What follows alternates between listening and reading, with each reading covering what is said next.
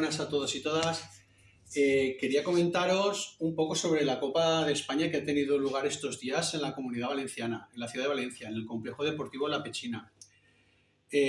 Algunos sabéis que he estado colaborando con la Copa y que ha sido todo muy interesante. Hemos visto a 9 participantes darlo todo de sí.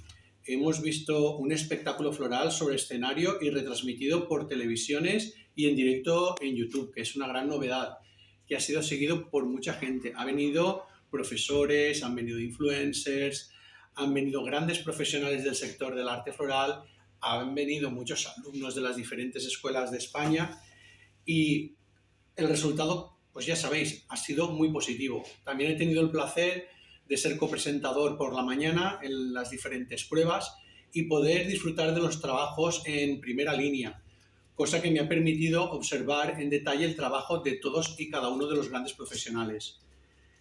Quería daros las gracias por el seguimiento de la Copa, por vuestro trabajo a todos los participantes y recordaros que el año que viene tenemos la Copa de Europa en Murcia. Así que no os los perdáis y sobre todo gracias a los patrocinadores de la Copa y a EFI como asociación española que nos está representando y siempre luchando por los derechos del florista.